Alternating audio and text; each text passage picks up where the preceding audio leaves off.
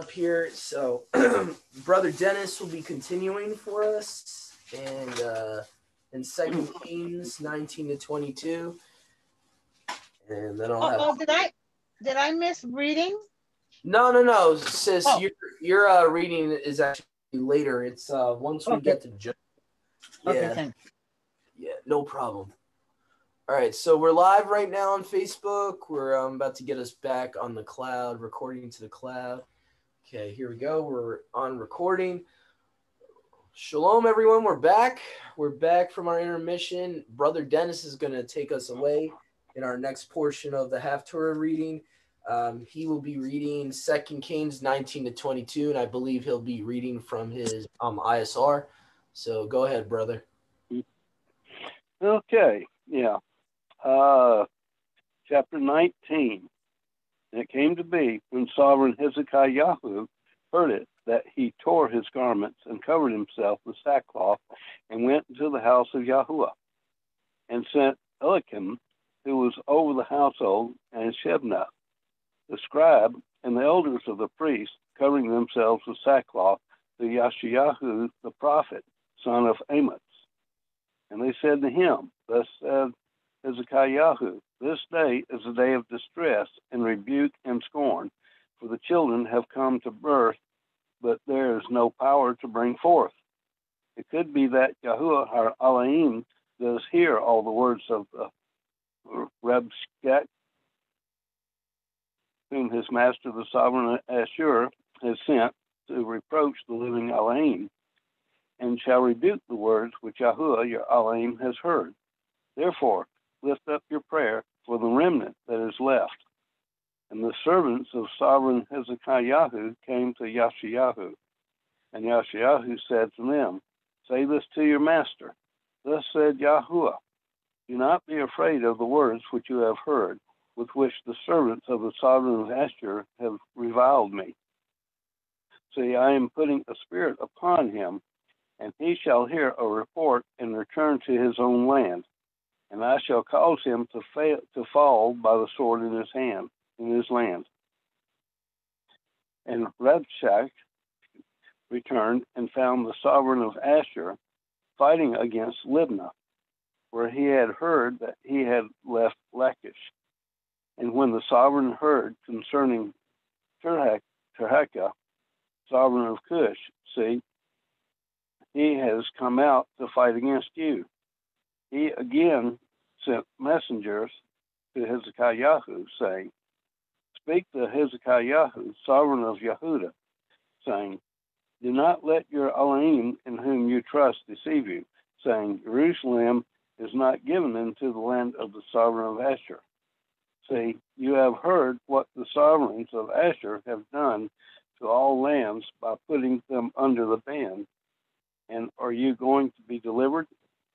Have the mighty ones of the nations delivered, those whom my fathers have destroyed, Gozan and Haran and Reseth and the sons of Eden, who were in Telasar?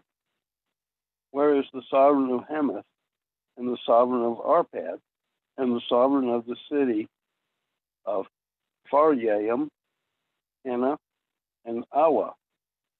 And Hezekiah received the letters from the hand of the messengers and read them, and went up to the house of Yahuwah. And Hezekiah spread it before Yahuwah. And Hezekiah prayed before Yahuwah and said, O Yahuwah, Elohim of Yisrael, the one who dwells between the cherubim, you are Elohim, you alone of all the reigns of the earth. You have made the Shemaim and Haaretz. Incline your ear, O Yahuwah, and hear. Open your eyes, O Yahuwah, and see. And hear the words of Sanherib, which he has sent to reproach the living Elohim. Truly, Yahuwah, the sovereigns of Ashur have laid waste the nations and their lands, and have put their mighty ones into the fire, for they were not mighty ones, but the work of men's hands, wood and stone, and destroyed them. And now, O Yahuwah, our Elohim, I pray, save us from his hand, so that all the reigns of the earth know that you are Yahuwah, Elohim, you alone. Then Yashayahu, son of Amos, sent to Hezekiah, saying, Thus said Yahuwah, Elohim of Yisrael, I have heard that which you have prayed to me against Sennacherib, sovereign of Ashur. This is the word which Yahuwah has spoken concerning him. The maiden, the daughter of Zion, has despised you, mocked you. The daughter of Jerusalem has shaken her head behind you. Whom have you reproached and reviled? Against whom have you raised the voice and lifted up your eyes on high? Against the set apart one of Yisrael. By the hand of your messengers you have reproached Yahuwah and said, With my many chariots I have come up to the height of the mountains, to the sides of Lebanon, and I cut down its tall cedars, its choice cypress trees, and I enter its remotest parts, its thickest forest. I have dug and drunk strange water, and with the soles of my feet I dry up all the streams of defense. Have you not heard long ago I made it? From days of old I formed it. Now I have brought it to be that you should make walled cities new ruinous heaps. And their inhabitants were powerless. They were overthrown and put to shame. They were as the grass of the field and the green plants, as the grass on the housetops, and withered before it came up. But I know you're sitting down, and you're going out, and you're coming in, and your rage against me. Because your rage against me and your pride have come up to my ears. I shall put my hook in your nose and my bridle in your lips, and I shall turn you back by the way which you came. And this is the sign for you. This year you eat what grows of itself, and in the second year what springs from that, and in the third year sow and reap and plant vineyards and eat their fruit. And the remnant who have escaped of the house of Yehudah shall again take root downward and bear fruit upward. For out of Jerusalem comes forth a remnant, and those who escape from Mount Zion, the ardor of Yahuwah does this. Therefore, thus said Yahuwah concerning the sovereign of Ashur, he does not come into this city, nor does he shoot an arrow there, nor does he come before it with shield, nor does he build a siege mound against it. By the way that he came, by the same he turns back, and he does not come into the city, declares Yahuwah. And I shall defend this city to save it for my own sake and for the sake of David my servant. And it came to be that night that the messenger of Yahuwah went out and smote in the camp of Ashur 185,000. And they rose up early in the morning and saw all of them dead bodies. And Sennacherib, sovereign of Ashur, broke camp and went away, and turned back and remained in Nineveh. And it came to be, as he was bowing himself in the house of Nisroch, his mighty one, that his sons Adramelech and Sher-Esther smote him with the sword, and they escaped into the land of Ararat, and his son Esarhaddon reigned in his place. 20. In those days Hezekiah was sick unto death, and Yashayahu, the prophet, son of Amos, went to him and said to him, Thus said Yahuwah, set your house in order, for you are going to die, and not live. And he turned his face toward the wall and prayed to Yahuwah, saying, I pray to you, O Yahuwah, remember how I have walked before you in truth and with a perfect heart, and have done what was good in your eyes. So, and Hezekiah wept bitterly. And it came to be, before Yashayahu had gone out into the middle court, that the word of Yahuwah came to him, saying, Return and say to Hezekiah, the leader of my people, Thus said Yahuwah, the name of David your father. I have heard your prayer. I have seen your tears. See, I am going to restore you. On the third day, go up to the house of Yahuwah. And I shall add to your days 15 years, and deliver you and this city from the hand of the sovereign of Ashur, and shall defend this city for my own sake, and for the sake of David my servant. And Yashayahu said, take a cake of figs, and they took and laid it on the boil, and he recovered. And Hezekiah said to Yashayahu, what is the sign that Yahuwah does restore me, and that I shall go up to the house of Yahuwah the third day? And Yashayahu said, this is the sign for you from Yahuwah, that Yahuwah does the word which he has spoken. Shall the shadow go forward 10 degrees or go backward 10 degrees? And Hezekiah said, it would be easy for the shadow to go down 10 degrees. No, but let the shadow go backward 10 degrees. And Yashayahu the prophet cried out to Yahuwah, and he brought the shadow 10 degrees backward, by which it had gone down on the sundial of Ahaz. At that time, Brogdak, Baladan, son of Baladan, sovereign of Babel, sent letters and a present to Hezekiah, for he heard that Hezekiah had been sick. And Hezekiah listened to them and showed them all his treasure house, the silver and the gold and the spices and the precious ointment, and all his armory, and all that was found among his treasures. There was not an object in his house or in all his rule that Hezekiah did not show them. And Yashayahu the prophet came to sovereign Hezekiah and said to him, what did these men say, and from where did they come from? Come to you?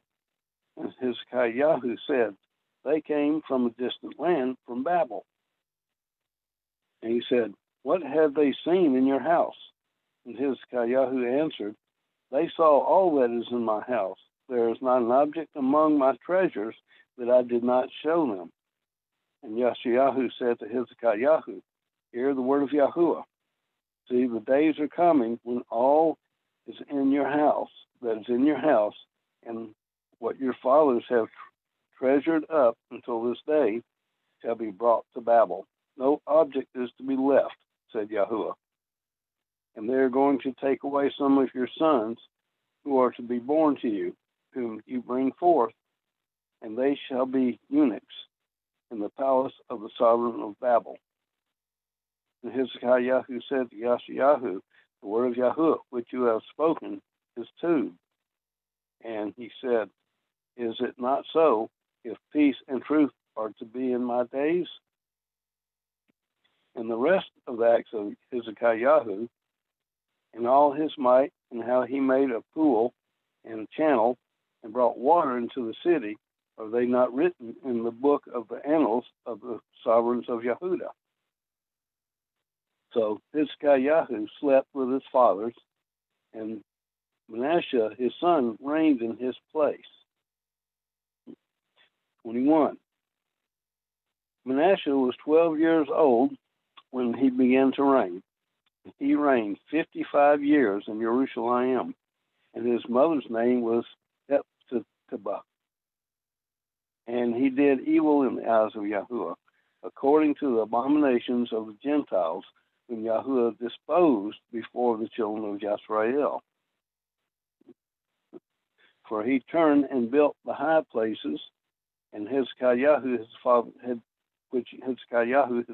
destroyed, and raised up altars to Baal, and made an Asherah, as Ahab, sovereign of Yisrael, had done. And he bowed down to all the host of Shemaim and served them. And he built altars in the house of Yahuwah, of which Yahuwah had said, in Jerusalem I put my name. And he built altars for all the host of Shemaim in the two courtyards of the house of Yahuwah. And he made his son pass through the fire, and practiced magic, and used divination, and consulted spiritists and mediums. he did much evil in the eyes of Yahuwah to provoke him.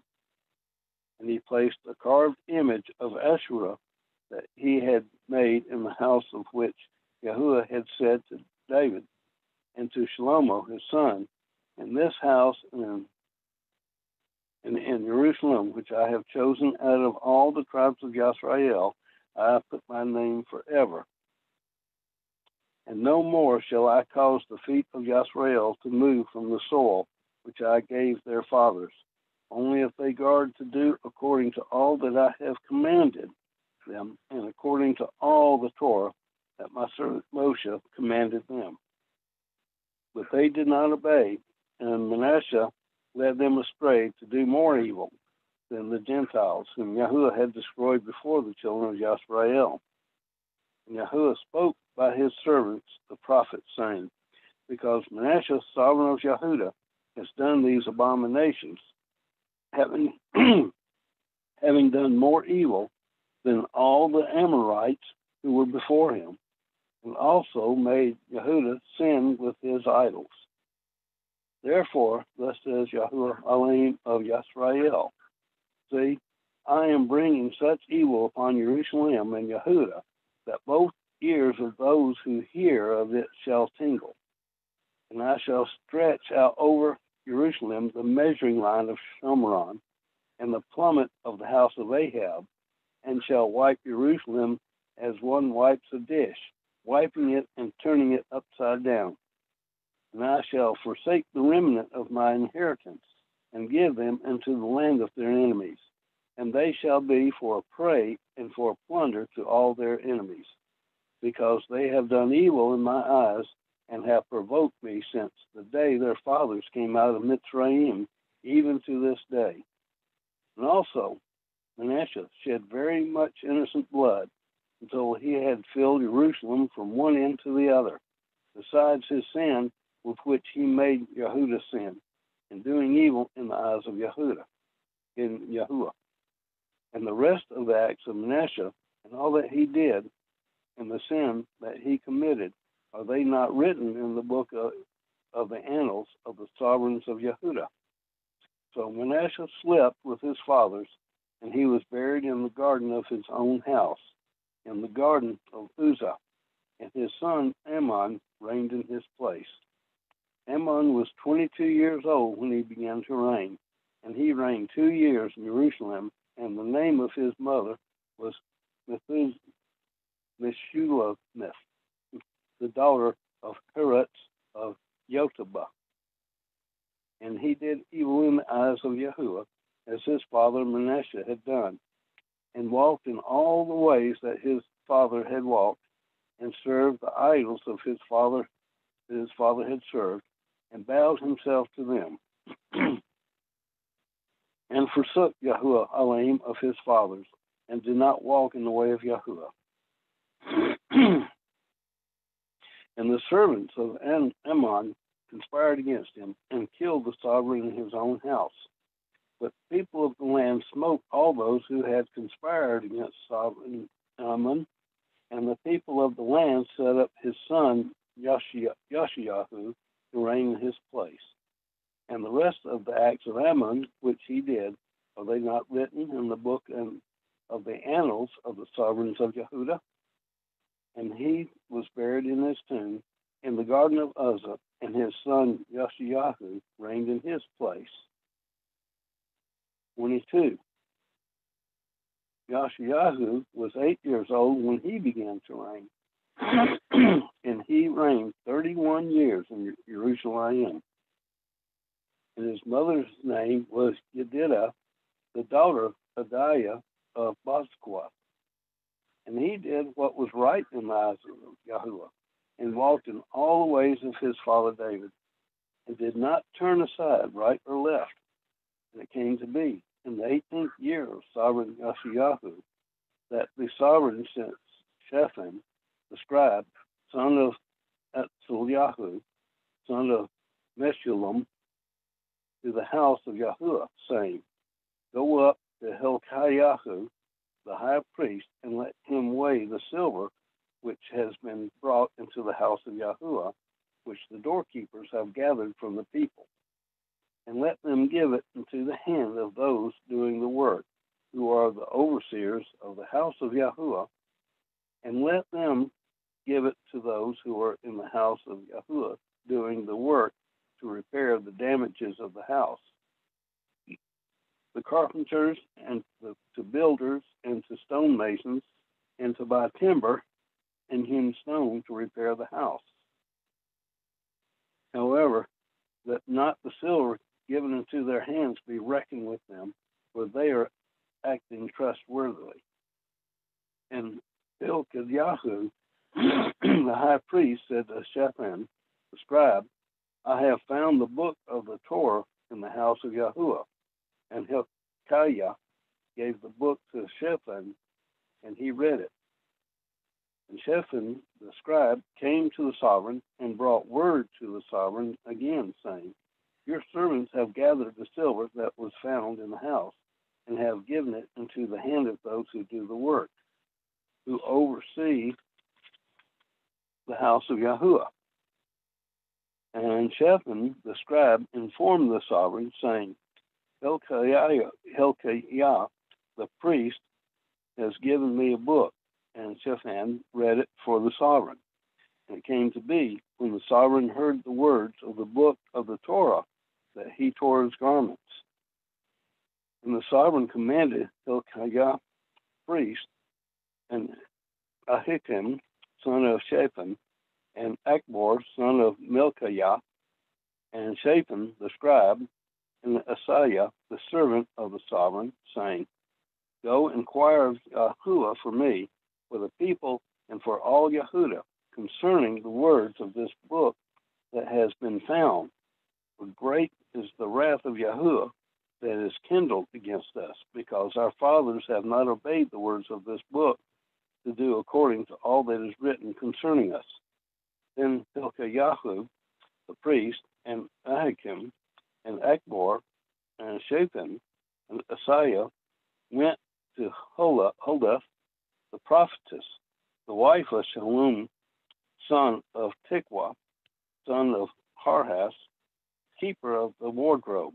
Now she was dwelling in Jerusalem in the second quarter, and they spoke with her.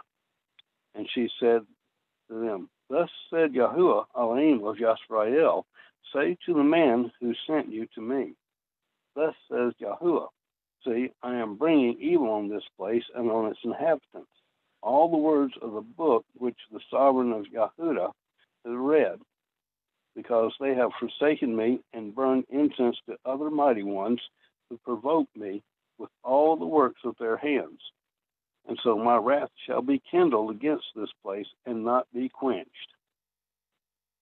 And to the sovereign of Yahudah, who sent you to inquire of Yahuwah, say this to him, Thus said Yahuwah, Elohim of Yisrael, as the words which you have heard, because your heart was tender, and you humbled yourself before Yahuwah, when you heard what I spoke against this place and against its inhabitants, that they would become a ruin and a curse, and did tore your garments and wept before me, I also have heard, declares Yahuwah. Therefore, see, I am gathering you to your fathers, and you shall be gathered to your grave in peace, so that your eyes do not see all the evil I am bringing on this place. And they brought word to the sovereign. It's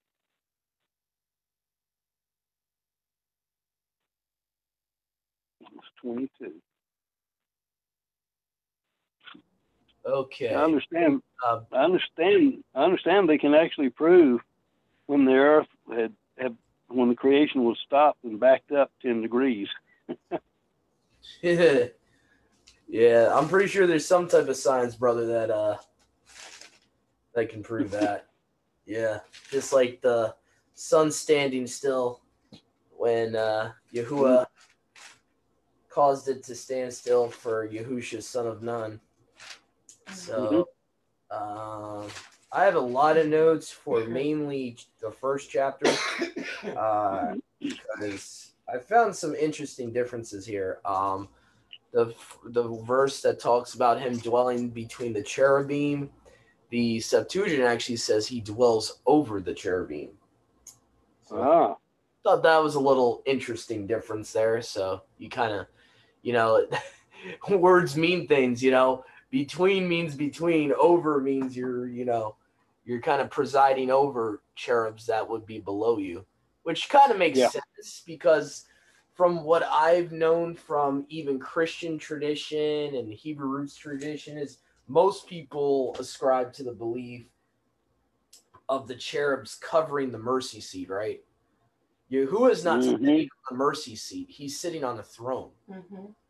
So technically the Septuagint would be the more correct version of that verse because it's talking about him sitting over the cherubs. So I just thought that was kind of interesting. So anyway, verse 17 I thought was very interesting and very similar. The phrase laid waste the nations. I couldn't help but think of Isaiah 14. Even though Yahuwah is talking to, obviously the king of Assyria, Sennacherib, and the other kings that ethnically preceded him, I just thought it was interesting because he talks about, Yahuwah is rebuking the king of Assyria, talking about you laid waste the nations, and it's just utterly similar. Let me see if I can go back to the verse here I'm referring to. Okay. It's chapter 19. So 2 Kings 19, 17. And let's see here. So it's from the Bretons here. Okay. Verse 17. For truly, Yahuwah, the kings of Assyria have laid waste the nations. And if we go to Isaiah 14:12, it's an interesting parallel between these kings of Assyria and Satan here. Let's see. So how has Halel that rose in the morning fallen from heaven? He that set orders to all the nations is crushed to the earth. You said in your heart, I will go up to heaven. I will set my throne. Yada yada. We all know about those scriptures there. I will go up above the clouds. I will be like the Most High. Now you shall go down to Sheol, even to the foundations of the earth. They that see you shall wonder at you and say, this is the man that troubled the earth, that made kings to shake, that made the whole world desolate, that and destroyed its cities, laid waste nations. It's kind of like the same phrasing there. So I thought it was an interesting parallel. Maybe I'm reading too much into it, but it's an interesting parallel. And what's really interesting is the connection between Assyria and Babylon, how they have similar origins. So Isaiah 14 is not just talking about Satan, but it's also talking about the king of Babylon when you actually read the whole chapter. So I just thought it was an interesting parallel there about the phrase laying waste the nations in 2 Kings 19:17. So I have a couple of notes here from chapter 19 also. I thought it was interesting that we see chronologically 2 Kings 19 is around the timeline of the book of Isaiah, or when Isaiah would be alive. And being used as a prophet by Yahuwah. So I thought that was kind of interesting. I never knew that before, that the timeline of 2 Kings 19 parallels with the book of Isaiah. I never realized that before. So verse 31 of chapter 19 I also thought was interesting, and it kind of reminded me of another scripture that prophetically talks about the remnant of Israel that escapes, the remnant of Yasharal. It reminded me of Joel chapter 2, verse 32, which pretty much says the same thing. It says in 2 Kings 19:31, for from Jerusalem shall go forth a remnant, and he that escapes from the mountain of Zion, the zeal of Yahuwah of armies shall do this. Now, if we go to Joel 232, it's very similar wording. Very similar, and could be referring to the same exact event. Says, and it shall come to pass that whosoever shall call on the name of Yahuwah shall be saved. For in Mount Zion and in Jerusalem shall the saved one be, as Yahuwah has said, and they that have glad tidings preach to them whom Yahuwah has called.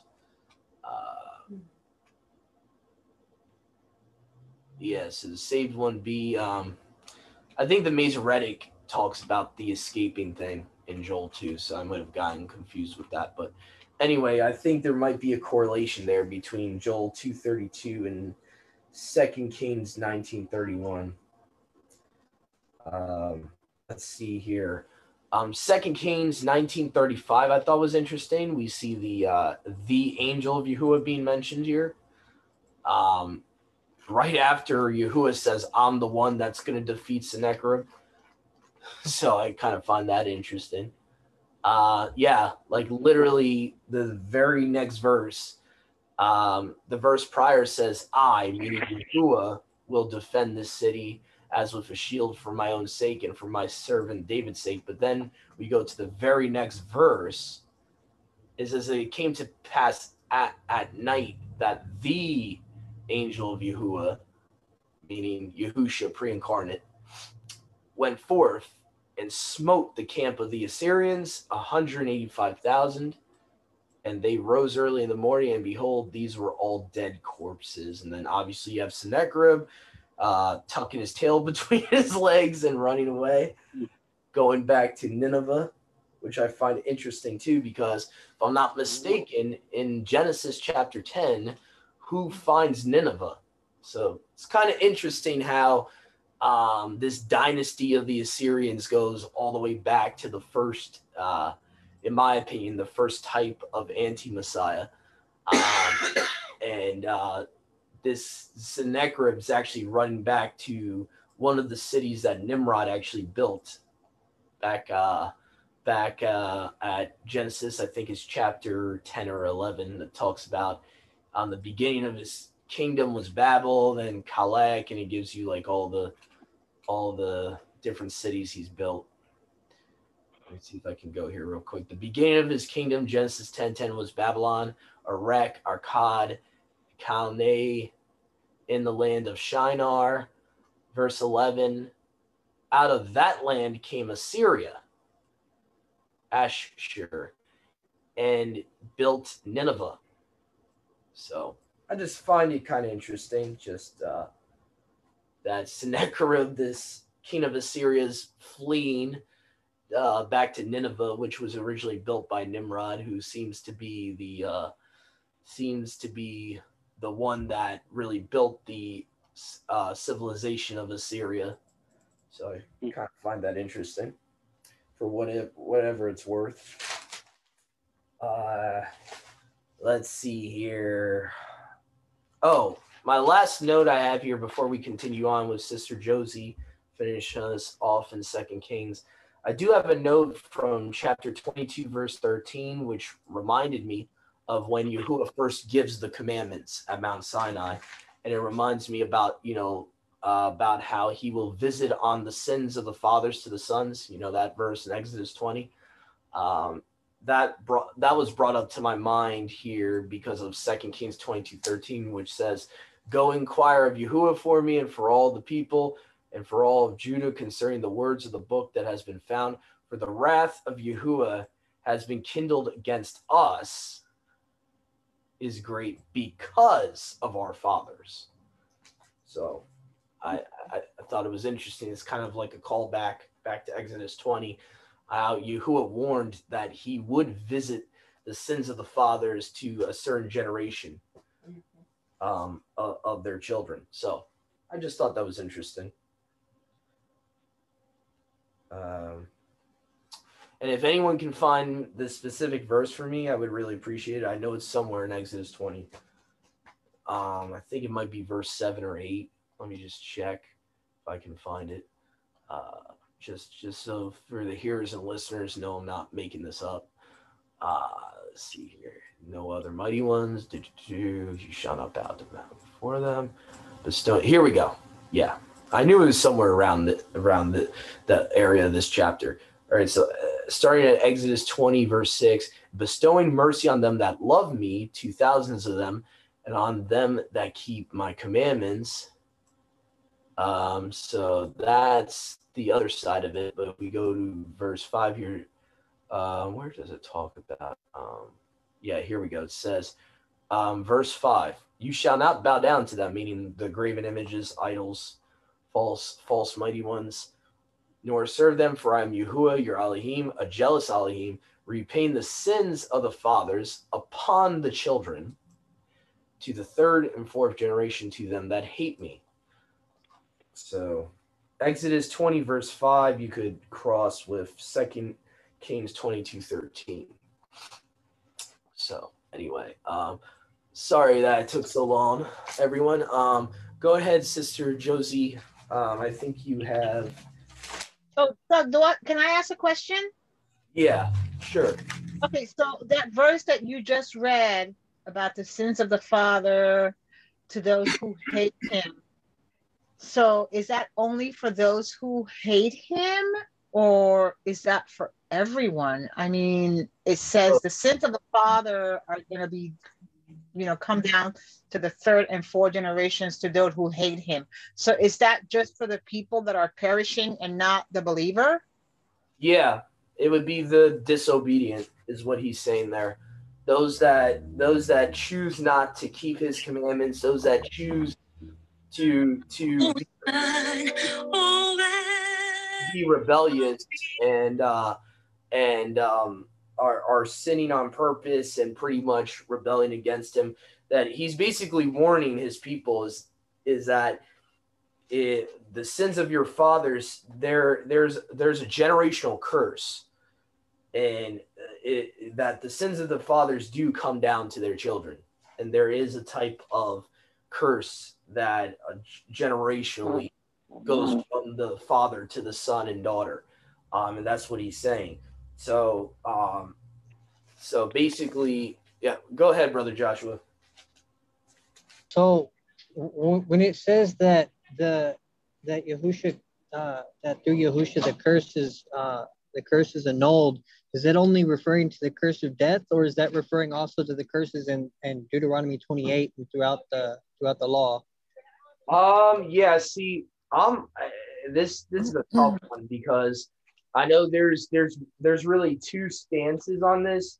One stance is that all the curses are done, and that what Yahusha did on the stake nullifies even the curses of Deuteronomy. I'm not of that belief. I believe he does take away certain, his death and resurrection took away certain curses. But it wasn't taking away every curse that's mentioned. I don't think that, because to me it wouldn't make sense for Yahuwah to prophesy that. A lot of that in Deuteronomy 28 is prophecy. So a lot of that still has to happen. So to me, that would kind of contradict with that chapter of Deuteronomy, the fact that he says, in the last days, you'll call this to mind, meaning the end times. So I don't think that like every curse is done away with, that every curse, is done, and that if when we miss the mark, that there's no curse at all, or that there's no more generational curses even that are talked about in, the fact that Yahuwah is going to visit the sins of the father to the sons like that. I don't think that's done away with. That's just my opinion. I think there's certain curses of the law that have been done away with, like that have been obviously Yahusha, basically broke certain curses by what he did by dying on the stake and resurrecting. But I do believe that there's certain things, that certain curses that have not been fully, completely done away with, because I think we would have a contradiction there in Deuteronomy 28, because it seems like it is end times context. And so I do believe there's still curses for breaking his law. I'm a firm believer of that. I could be proven wrong, but that's my stance on it. I don't believe the curses have been fully, destroyed and that there's no more curses left. Because you still see today generational curses from the parents to the children. So that applies to my question, right? His question about the curses. Will that apply to the fact that the word says that the sins of the fathers will come down to the third and fourth generation? So that means the curses will come down? For example, alcoholism, right? It goes from it's a genetic thing.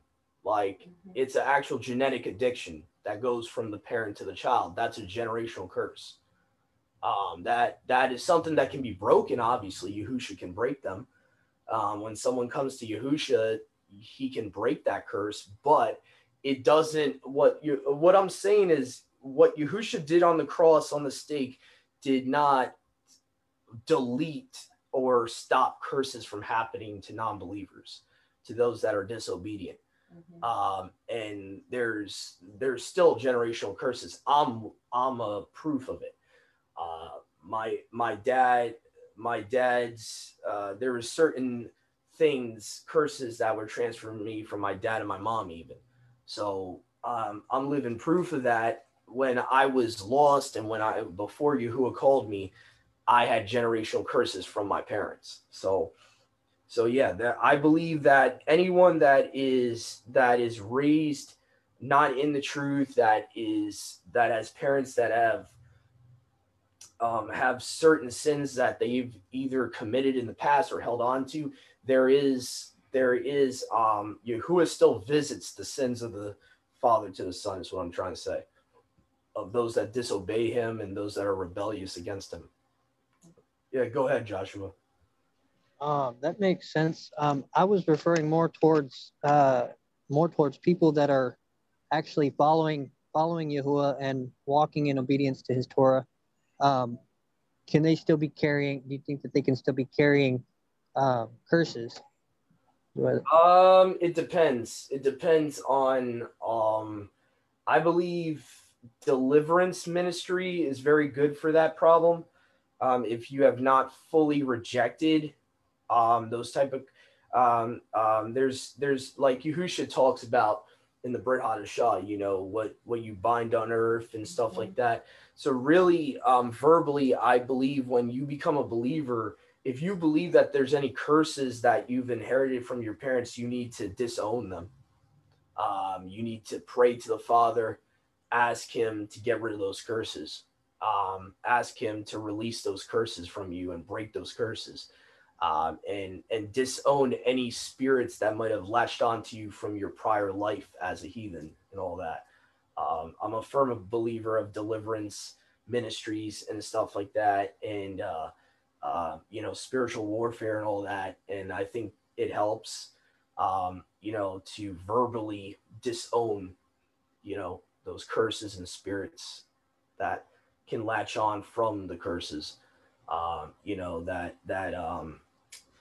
That's kind of my point of view on it. I think that it's possible curses can still latch onto you even after you first become a believer, and that you need to ask the Father in the Son's name to remove those curses.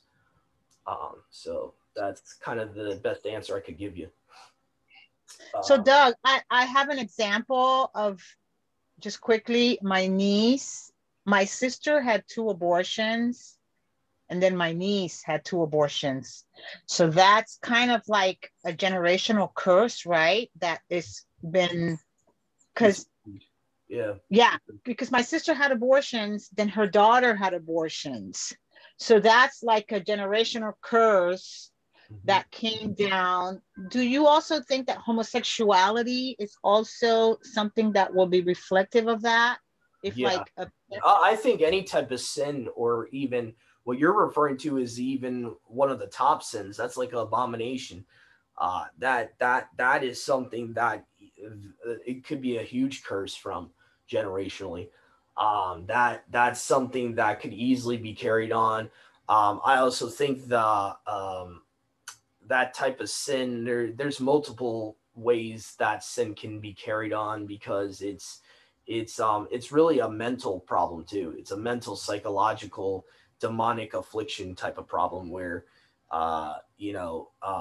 and I think something like homosexuality, to give a simple answer, yeah, it can easily be carried down generationally. um and that's something you got to pray to the Father, ask the Father to remove from you is these curses. And But as it says in Exodus 20 verse 5, it's not to everyone that he's visiting upon them the sins of their fathers. It's those that hate him, and what he defines in that chapter as hating him is disobeying him. Mm-hmm. So there's two sides of this paradigm here. You have him bestowing mercy from generation to generation to those that love him and keep his commandments. And then the other side, which we're, mainly talking about right now, the negative side, is those that disobey him, even the children that disobey him, he's going to visit their father's sins upon them because they hate him and don't want to obey him. So there's a reason he's doing it. It's not like he's trying to be mean or something. He's doing it because the disobedience is continuing, and he's eventually going to visit those sins of their fathers upon them. And that seems to be the context of what Exodus 20 verse 5 is actually talking about.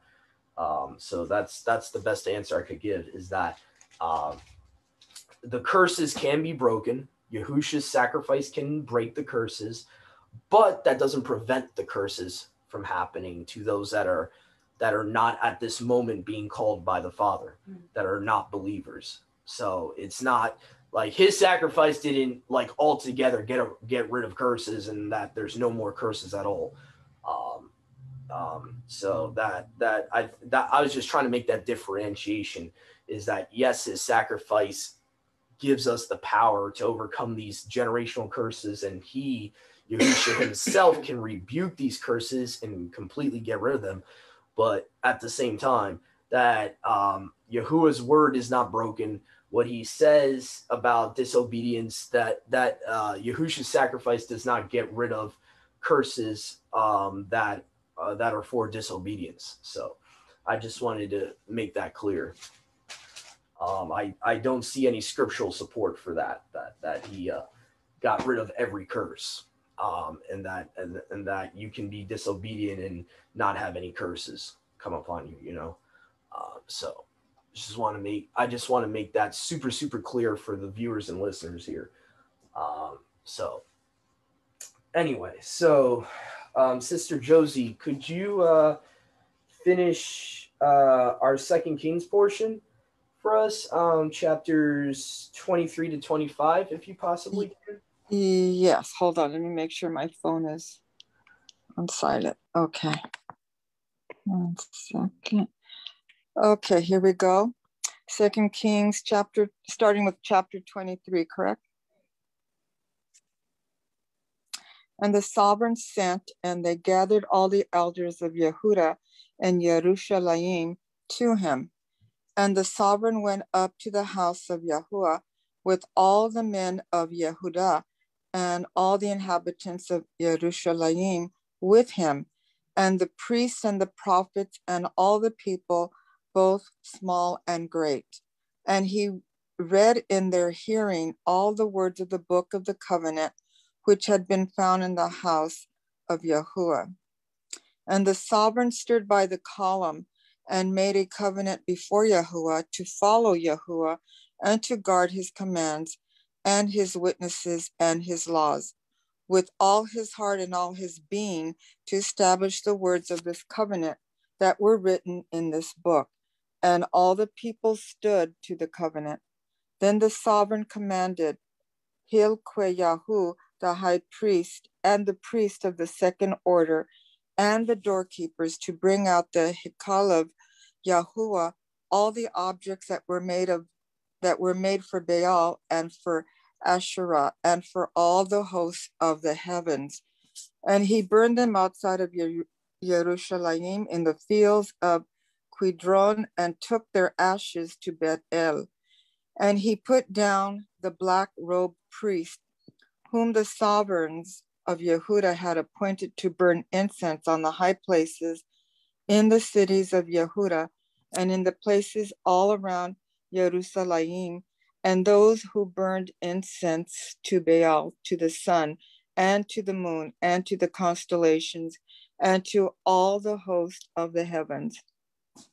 And he brought out the Asherah from the house of Yahuwah to the Wadi Quidron outside Jerusalem, and burned it at the Wadi Quidron, and ground it to ashes, and threw its ashes on the burial sites of the sons of the people.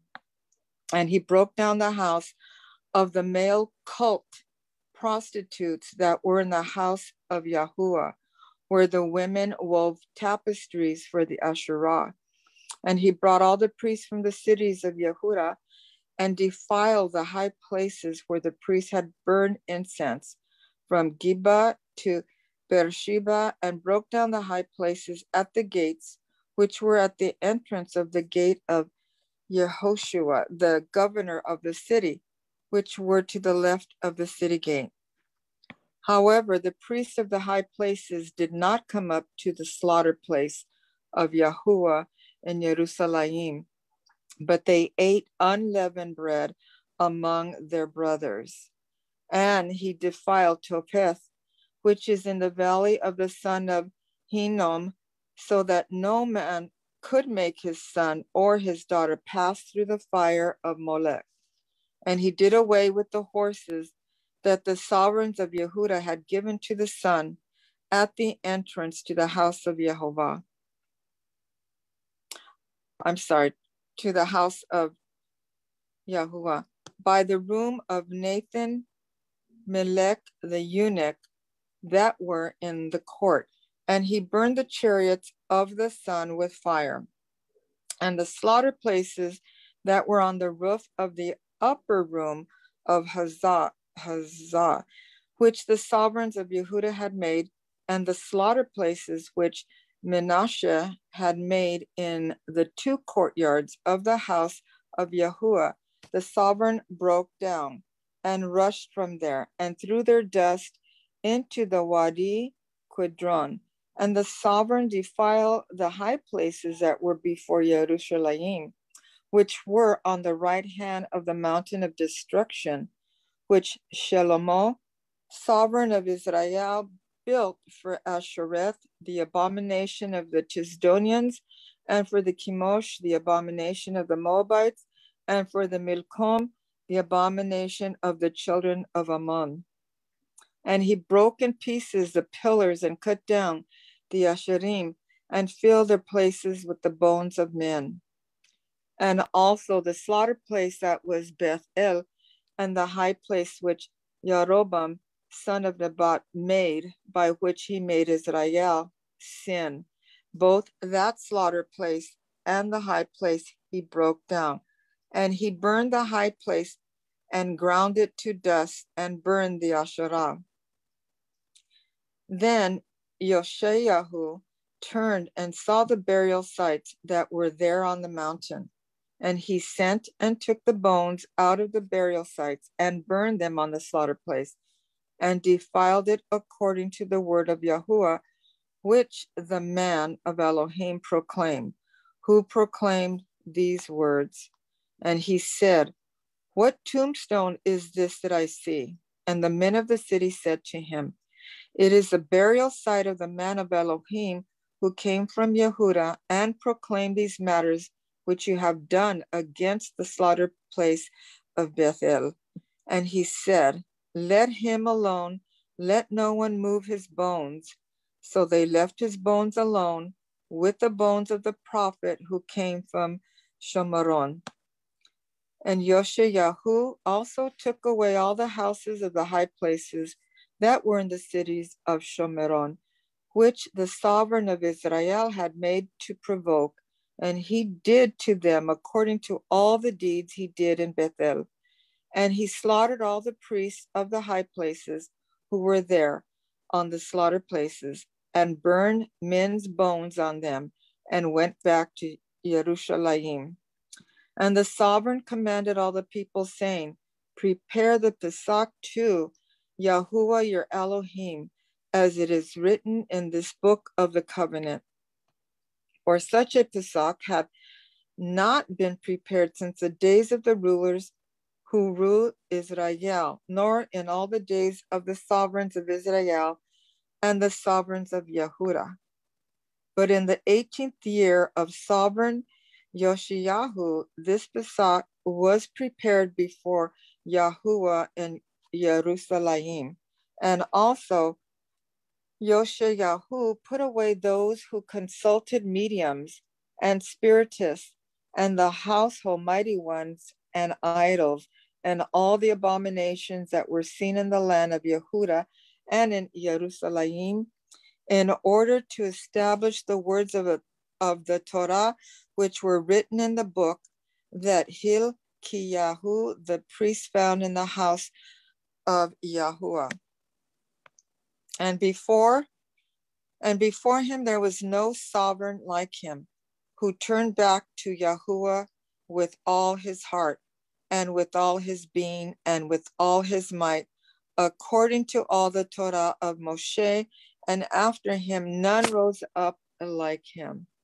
However, Yahuwah did not turn from the fierceness of his great wrath, with which his wrath burned against Yehudah, because of all the provocations with which Menashe had provoked him.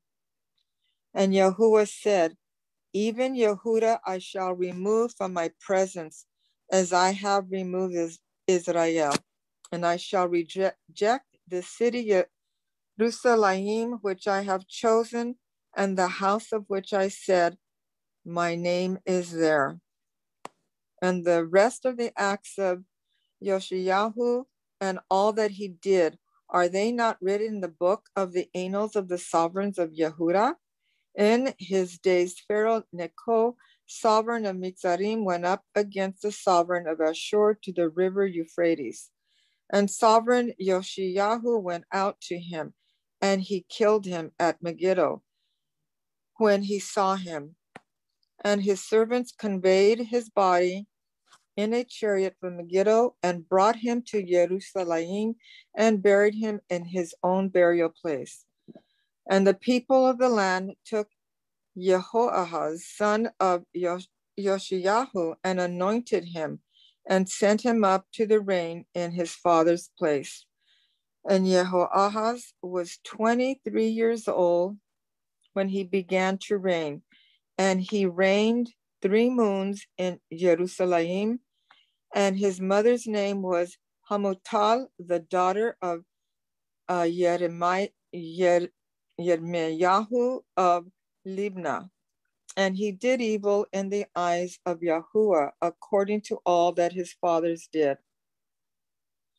And Pharaoh Necho imprisoned him at Riblah in the land of Hamath to keep him from reigning in Jerusalem.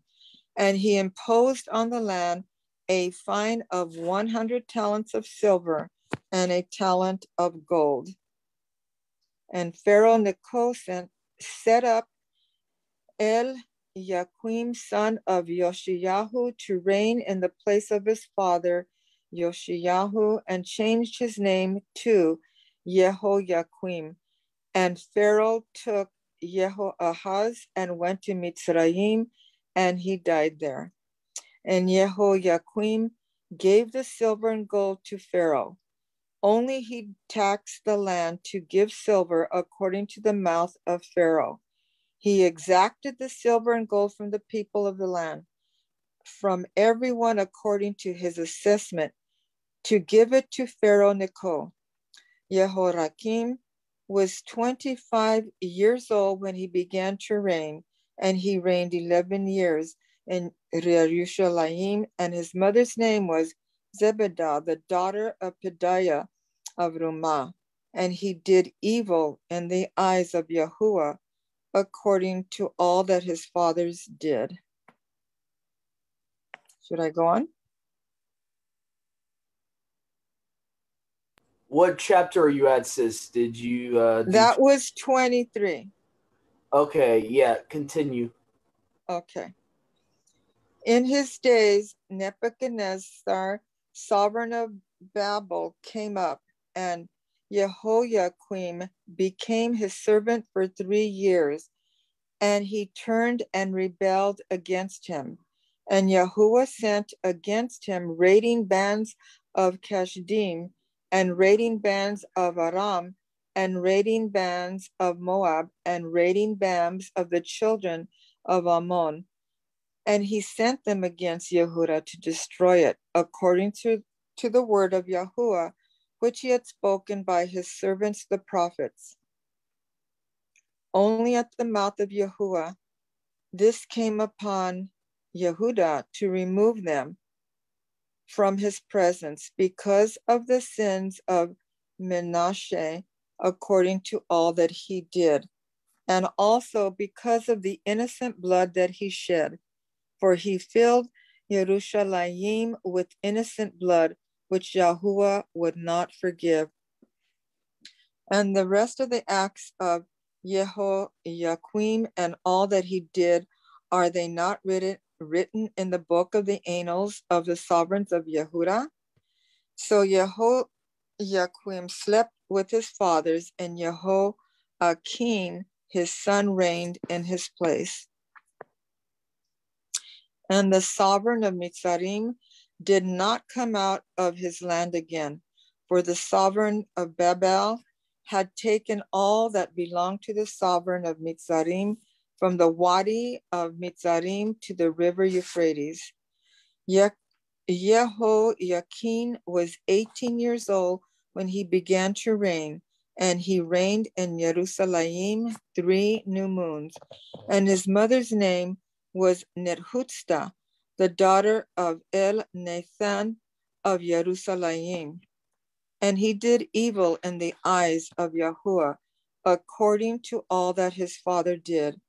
At that time, the servants of Nebuchadnezzar, sovereign of Babel, came up against Jerusalem, and the city was besieged.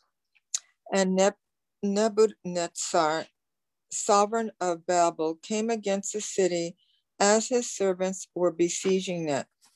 And Jehoiakim, sovereign of Yehudah, and his mother, and his servants, and his heads, and his eunuchs went out to the sovereign of Babel.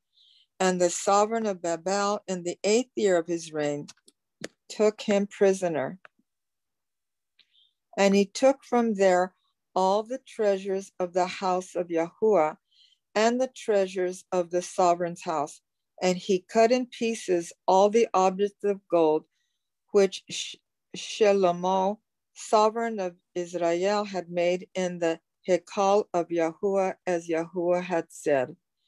And he exiled all Jerusalem, and all the officers, and all the mighty brave men, 10,000 exiles, and all the craftsmen and smiths. None remained except the poorest people of the land. And he exiled Jehoiakim to Babel, and the sovereign's mother, and the sovereign's wives, and his eunuchs, and the leading men of the land. He exiled from Jerusalem to Babel. And all the mighty brave men, 7,000, and craftsmen and smith, 1,000, all who were strong and fit for battle, these the sovereign of Babel brought to Babel into exile. And the sovereign of Babel set up Mattaniah, Jehoiakim's uncle, to reign in his place, and changed his name to Tzidkiyahu. Tzidkiyahu was 21 years old when he began to reign, and he reigned 11 years in Jerusalem. And his mother's name was Hamutal, the daughter of Yirmeyahu of Libnah. and he did evil in the eyes of Yahuwah according to all that Jehoiakim did. For this took place in Jerusalem and Yehuda because of the displeasure of Yahuwah, until he had cast them out from his presence. And Tishkuyahu rebelled against the sovereign of Babel.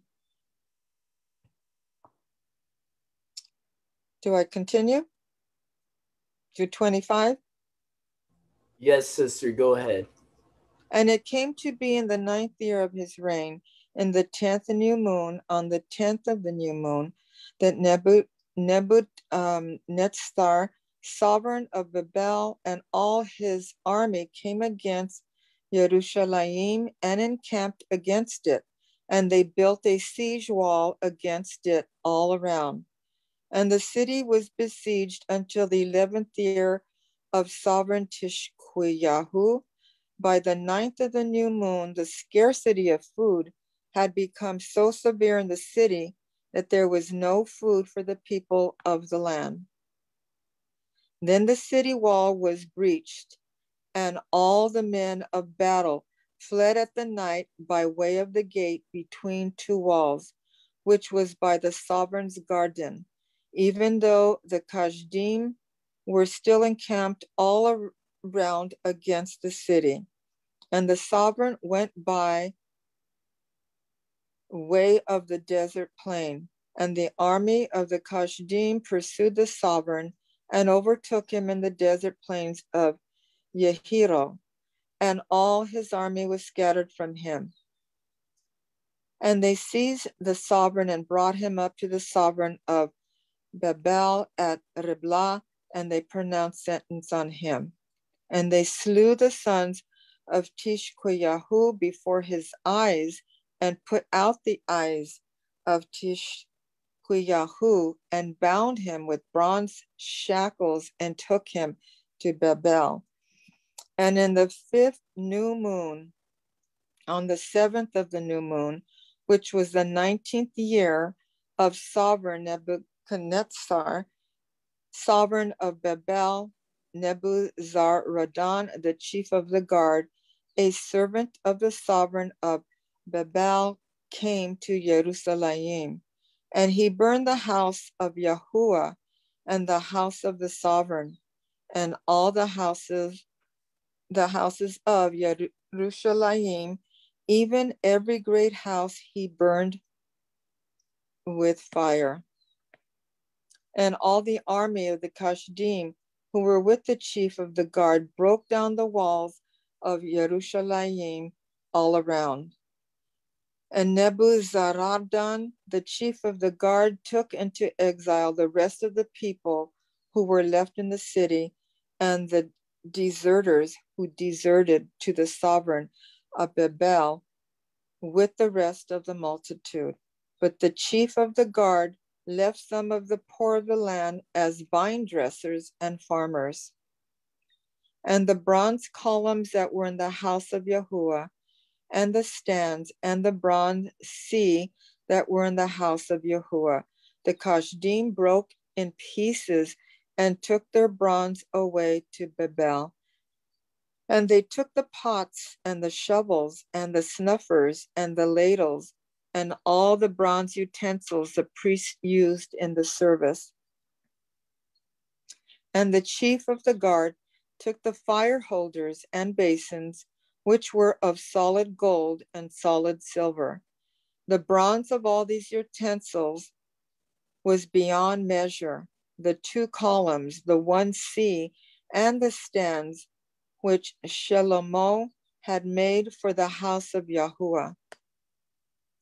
The height of 1 column was 18 cubits, and the capital on it was of bronze, and the height of the capital was 3 cubits, and the network and pomegranates all around the capital were all of bronze, and the 2nd column was the same, with a network. And the chief of the guard took Sariah, the chief priest, and Tishvan Yahu the second priest, and the 3 doorkeepers. And out of the city he took a certain eunuch who was appointed over the men of battle, and 5 men of those who saw the sovereign's face, who were in the city, and the chief scribe of the army who mustered the people of the land, and 60 men of the people of the land who were found in the city. And Nebuzaradan, chief of the guard, took them and made them go to the sovereign of Babel at Riblah. And the sovereign of Babel struck them and put them to death at Riblah in the land of Hamath. So he exiled Yehuda from its own land, and he appointed Gidal Yahu, son of Ahikam, son of Safan, over the people who were left in the land of Yehuda, whom Nebuchadnezzar, sovereign of Babel, had left. And all the commanders of the armies, they and their men, heard that the sovereign of Babel had appointed Gidal Yahu, and they came to Gidal Yahu at Mitzvah, even Yishmael, son of Nethaniah, and Yohanan, son of Quereah, and Seraiah, son of Tanhumeth, the Netophathite, and Yaazan Yahu, the son of Ma'akahith, they and their men. I need to catch my breath there. And Yedal Yahu swore to them and their men, and said to them, do not be afraid of the servants of the Kashdim. Dwell in the land and serve the sovereign of Babel, and let it be well with you. And in the 7th new moon, it came to be that Ishmael, son of Nethaniah, son of Elishama, of the seed of the rain, came with 10 men and struck Gidaliahu, that he died. And the Yehudim and the Kashdim who were with him at Mitzvah. And all the people rose up, small and great, and the commanders of the armies, and went to Mitzrayim, for they were afraid of the Kashdim. And it came to be in the 37th year of the exile of the Yehoiakim, sovereign of Yehuda, in the 12th new moon, on the 27th of the new moon, that Ewil Merodach, sovereign of Babel, in the year that he began to reign, released Yehoiakim, sovereign of Yehuda, from prison, and spoke kindly to him, and set his throne above the throne of the sovereigns who were with him in Babel, and changed his prison garments. And he ate bread continually before the sovereign all the days of his life. And as his allowance, a continual allowance was given to him from the sovereign, a quota for each day, all the days of his life. Hallelujah. You did excellent reading. Oh, Oh my my God. I was trying to pronounce them while you were spitting them out, and I'm like, you have to go slow, and then when in that you did a good job, Mia. This particular chapter, it's like there's so many words in one verse. Tongue ties, you get tongue tied a bit. So they killed the Yehudim and the Chaldeans that were with them. So the Yehudim, that's us, right, Judah? The Yehudim. Yeah, Judah, the southern house. This is actually getting into the book of Daniel here. So this is the Babylonian captivity here. So this ties with the book of Daniel, and I guess a portion of the book of Isaiah also, as we were reading earlier in the Second Kings portion. So, yeah, this is kind of like the timeline of the 70 years of captivity here. They're already being taken into Babylon here. So it's kind of interesting that this part of the book of Second Kings mirrors the end of Jeremiah and the book of Daniel. So wow. You know what also I noticed in this is that they talk about 12 months. Have they ever mentioned in the scriptures 13 months? No, I don't think so. Isn't that something? 12 moons, 12 new moons. So yeah, and then 7 days after the new moon. So that gives us a good idea for timing. Yeah, I think the reason there's a 13th month some years is mainly due to I forget what it is, but I remember looking into it why there's a 13th month. Most of the lunar calendars, you're gonna have a 13-month. You're gonna have a leap year 1 year, like a leap scriptural year. I forget. Is that true though? I mean, is that made up by man or is that biblically? Is that basically the reason for it is the equinox mainly. If you're gonna use the equinox with the new moons, there's gonna be a year where, unfortunately, the equinox comes a little late, or it's not exactly, because it has to be the equinox. If we believe the equinox is the last day of the year of the previous year, we can't start Abib with a new moon before the equinox. It has to be a new moon after the equinox, which is where we get the 13th month. That's how I've heard it explained by people that are experts like Nehemiah Gordon and all that. That's the reason for the 13th month. And it's not every year. It's on certain years where the new moon just happens. There happens to be an extra new moon that you have to wait for after the equinox. Because doesn't Nehemiah also go by the first grain? I think he goes by what I go by, which is the grain when the grain is ripened, not when it's a green ear, but when it's at the stage of Aviv of ripeness, to be able to eat it. Yeah, to be able to eat it. So some people go by the green ears. That's why our other brothers and sisters have already had week of unleavened bread earlier in this past month. That's why they had it so early, was the green ears thing. So that's to explain with the whole calendar thing. That's why we even have like differences in the calendar even when you're on the crescent.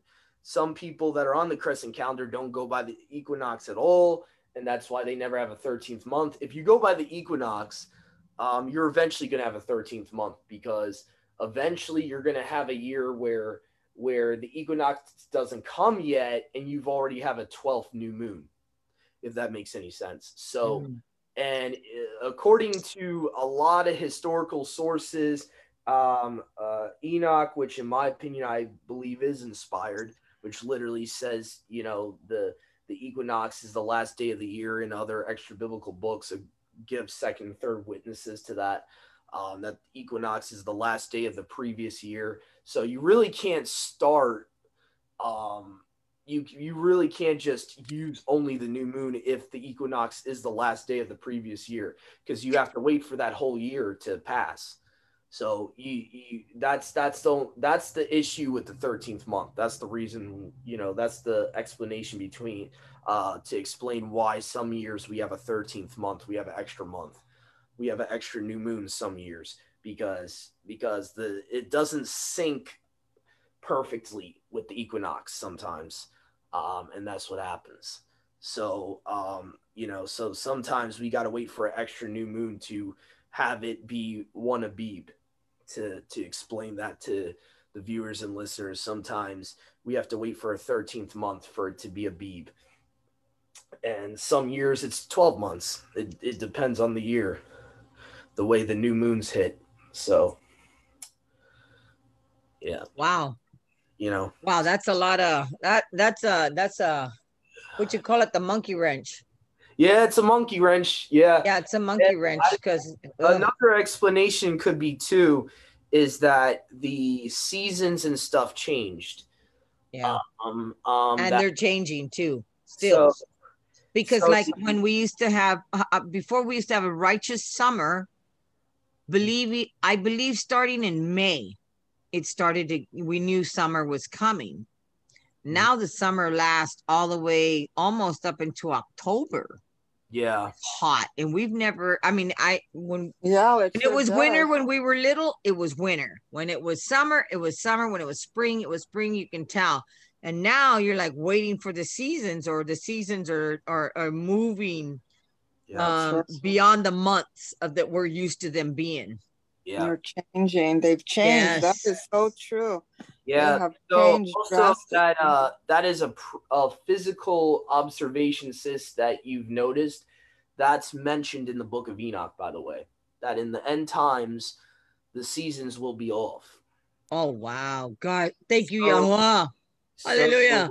So that's the reason I there's a lot of proofs that we're seeing right now with in the what's going on in the world that books like the Book of Enoch have actually prophesied about and actually have warned us about, that it would happen, that the seasons would be off. And I think even the seasons changed, in my opinion, after the flood. I mean, the earth, the whole geographic way the Eretz was shaped, you know, and all that, and how oxygen was before the flood. And, you know, I mean, supposedly, you know, scientifically speaking, post flood of Noah, a lot of things changed on the earth. I mean, the oxygen changed, the plants probably even changed, and so on and so forth. And so, you know, that could affect the calendar, even that could affect the way the seasons go, even. So, you know, there definitely, we don't have the seasons the way Yahuwah intended them from the beginning, because of certain things that we're not in control of. Man messing with the weather, so on and so forth, the flood changing things, you know. So according to most scientists, they found out after the flood, there wasn't the same amount of oxygen in the atmosphere and stuff like that. So there's a lot of reasons why these seasons could be off. And so it seems like that's something that was foreknowledge was going to happen. It was inevitable that the seasons were going to be off.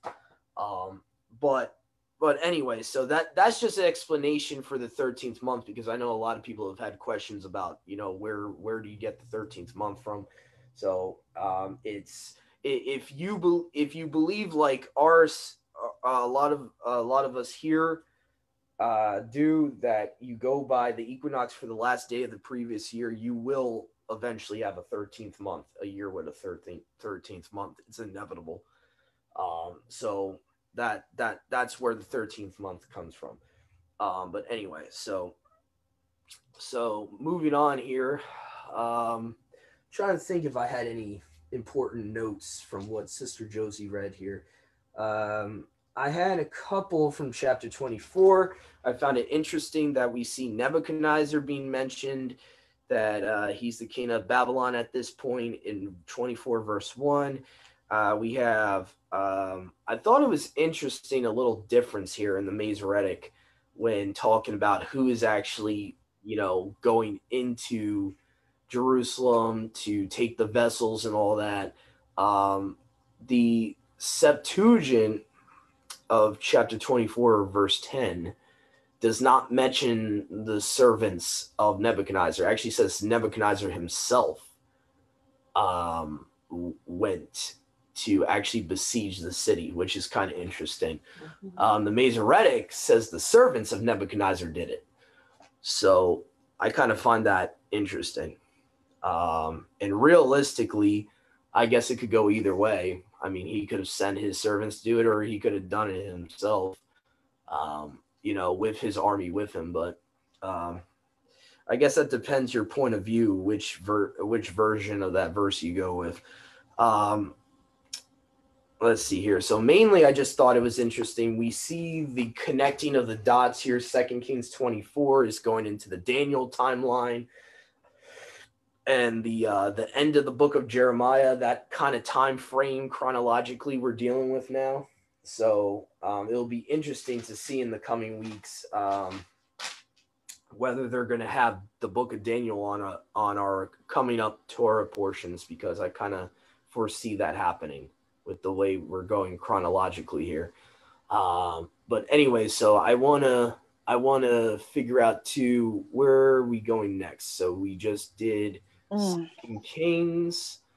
All right, so Brother Doug, excuse me, before you continue, may I ask you, I just took out my Septuagint, my Lexham. What page were you reading from regarding 2 Kings in the Septuagint? Because it says, you know how it says.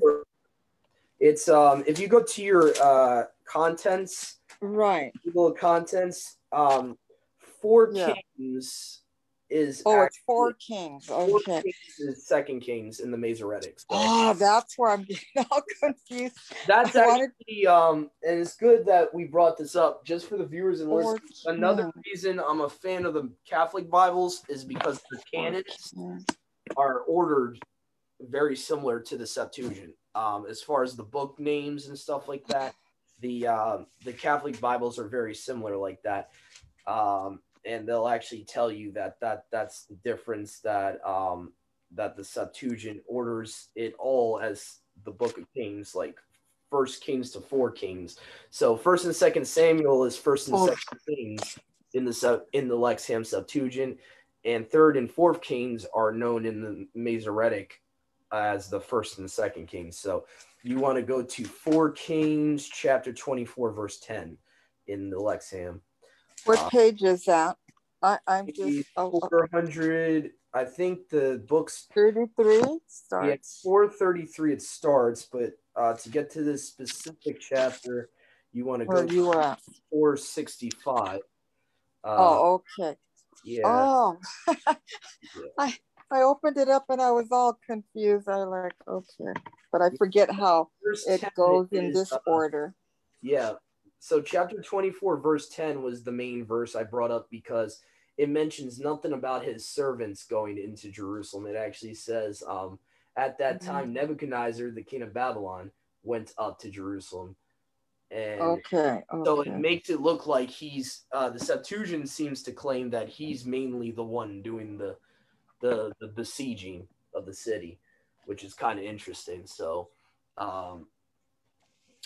but anyway, so yeah, the Masoretic of the ISR, I think, says his servants did it. So that's just a little minor difference there. I thought was kind of interesting. So, yeah. So 3rd Kingdoms in the Septuagint is actually 1 Kings, right? 1 Kings, yeah. Yeah. So, and then 1 Kingdoms is actually 1 Chronicles. 1 Samuel. So, 1 Samuel. 1 Samuel is 1 Kings in the Septuagint, and then 2 Kings is 2 Samuel. So what the Septuagint canon did was, I guess back in the day, they weren't called 1 and 2 Samuel. All of them were called Kings. So you had 4 books of Kings. Right. Okay. In the older canons, and I think that's the way the Catholic Bible even has it. Yeah, they do. So that makes sense. Okay. Yeah, so all right. Yeah, modern times they changed the names of the books. Ezra and Nehemiah were originally one book. There's been a lot of changes to our canon and how they order stuff, and well, of course. Yeah. So, okay, thank you for clearing that up. No problem, sis. No problem. I know it can get confusing. I know the chapters in Jeremiah today were off. That's why I mentioned multiple times the Septuagint. The Jeremiah 33 today was actually chapter 40 in the Septuagint, and Jeremiah 23, did you say, or 33? 33. Jeremiah 33 of your ISR would be chapter 40 of the Lexham Septuagint, and they at least tell you in the footnotes that that's Right. the case. They'll at least tell you in the Lexham. They'll be like, MT, it's chapter 33. So yeah, that's something to take note of too when you're reading Jeremiah in the Septuagint. The chapters are like way different. The chapter numberings. Okay. I haven't. Yeah, so Okay. chapter 40 of Jeremiah in the Septuagint is equal to 33 in the Masoretic. And so 41 was 34. So yeah, it's just they're a little bit off the orderings. I was gonna say, yeah, especially at my age, yeah, this could really confuse. It confuses me easily, but okay, that's why I have to ask, and I'm not ashamed to ask because I need to know.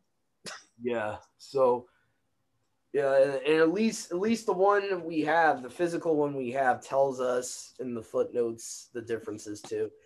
It depends. It does.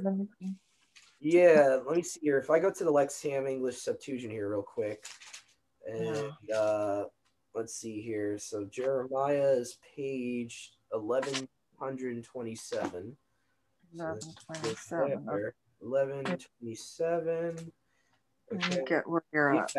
On page 1173, on the footnote of the left page, it says Jeremiah 40 equals 33 in Hebrew, meaning the Masoretic. So they let you know in the footnotes the differences. Oh, don't. Oh, Yeah. I know. You can barely see it. I can barely see it. It's very small, but at least they kind of help out there. And then they tell you on the next page on the footnote 41 equals 34. So okay. I am so glad I brought this up because even with my prescription glasses, it's so hard to see the little footnotes there. Okay, now, I'm so glad I asked. Okay, I have to go to the footnotes here. Yeah, okay. I have to do that all the time for a lot of things. Wow. Yeah. Well, if you do, how do you think I feel? Oh my goodness. Okay. Thank you so much. You're welcome. So I think Sister Marissa is actually next. She's going to be reading for us. Let me just start a new recording. Sister Marissa is going to be reading for us Job 26 to 29. So let me just start a new